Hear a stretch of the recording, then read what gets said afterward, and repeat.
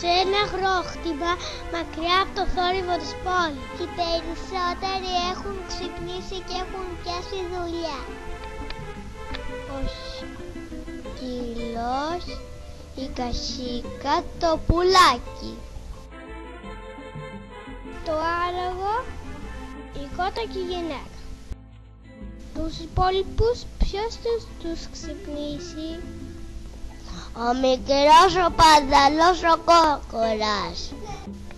Κυρικού και κυρικού φωνάζει και μοιάζει σαν να λέει σηκωθείτε, είναι ώρα για δουλειά. Σήμερα συνεχίζει να φωνάζει παρόλο που έχει ανέβει ο ήλιος ψηλά πάνω στον ουρανό.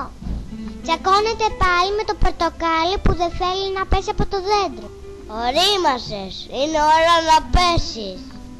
Εκείνη την ώρα φυσούσε πάρα πολύ και το πορτοκάλι έπεσε κάτω στο χωτάρι. Όταν έπεσε, πόνεσε λίγο, συνάντησε μερικούς καινούριους φίλους. Ένα χωτάρι που έμοιαζε σαν αστέλι. Ένας πόλο πορτοκαλιάς. Ένα γαλιάζα πουλί που κελιάζούσε γαλλικά. Ένα λος λουλούδι. Ένα αγροπακαγόρο που γλωσσίζει κόκκινα. Έλα να παίξουμε, του είπε το γαλάζιο πουλάκι. Και άρχισε το γαγαλάει με το ράχος του. Το πορτοκάλι εξέχασε αμέσως και το δέντρο του και τον πόνο από το πέσιμο και ξεκαρδίστηκε στα γέλια. Τότε είπε το πουλάκι στο πορτοκάλι όσα είχε δει και είχε ακούσει τα ταξίδια του. Τότε το πορτοκάλι είπε όσα έχει μάθει από τη ρίζα στα κλαδιά της πορτοκαλιάς. Μετά από λίγο το πουλάκι άνοιξε τα φτερά του και πέταξε στο χωράφι με τα όμοιρα σιτάκια. Το πορτοκάλι μας έμεινε πάλι στο πράσινο λιβάδι. Του άρεσε πολύ η συντροφιά του γαλάζιου πουλιού. Έτσι ήθελε να το ξανασυναντήσει. Εκείνη την ώρα άρχισε να φυσάει. Δυνατός άνεμος και άρχισε να το παρασέρνει. Ώσπου βρέθηκε στο δάσος με τα πολύχρωμα πουλιά. Άρχισε λοιπόν να τα ρωτάει αν είδαν το φίλο του στο γαλάζιο πουλί, που τον έκανε να γελάσει πολύ. Τα πουλιά το είπαν, τότε είχα πολλά ημέρες θα το δουν.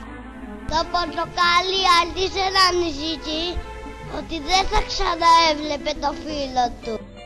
Ξαφνικά από το έδαφος ακούστηκε μια λεπτή φωνή από μια δίχρωμη κάμπια.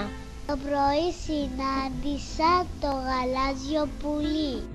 Μου είπε ότι έψαχνε ένα πορτοκάλι. Τότε το πορτοκάλι τα παρακάλεσε να το σπρώξουν για να βρούνε το φίλο του.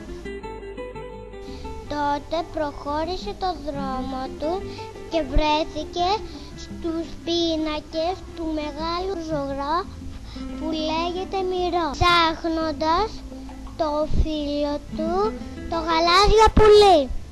Πρώτα συνάντησε ένα κύριο που έκανε τζόνκι. Αυτός το συμβούλεψε να πάει στο ποτάμι να ρωτήσει το μοναδικό ψάρι που τραγουδάει. Τότε το πορτοκάλι είπε στον άνθρωπο να το σπρώξει για να πάει να συναντήσει το ψάρι. Αυτό το ψάρι λοιπόν, ό,τι θέλει να πει το λέει τραγουδώντας. Αλλά δεν φτάνει αυτό. Ακούει όταν του τραγουδούν. Τι θα κάνει λοιπόν το πορτοκάλι? Άρχισε να τραγουδά. Μήπως εσύ που ταξιδεύεις στα νερά είδες το πουλί με τα γαλάζια φτερά? Το ψάρι τότε του απάντησε τα τραγουστά. Πώς το λένε τον ουρανό? Αυτός κρύβει το μεγάλο μυστικό. Το πορτοκάλι κοίταξε στον ουρανό και είδε αεροπλανάκια και στεράκια να κάνουν τούμπες. Σταματήστε λίγο. Πείτε μου αν είδατε το γαλάζιο πουλί. Αμέσως χώμασκα. Κοίτα μπροστά σου! Κοιτάγει μπροστά του και τι βλέπει? Το γαλάζιο πουλί, την ίδια στιγμή. Κοιτάγει το γαλάζιο πουλί μπροστά του και τι βλέπει? Το αγαπημένο του φίλο που τόσες μέρες έψαχνε να βρει. Η χαρά τους ήταν μεγάλη που θα βρισκόταν πάλι μαζί.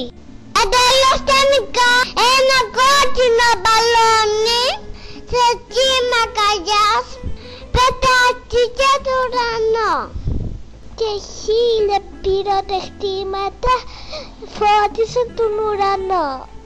Από τότε το πορτοκάλι και το γαλάζιο πουλί συναντιούνται κάθε βράδυ στη ρίζα της πορτοκαλιάς και μιλούν τις περιπέτειες. Πέρασαν όλη μέρα.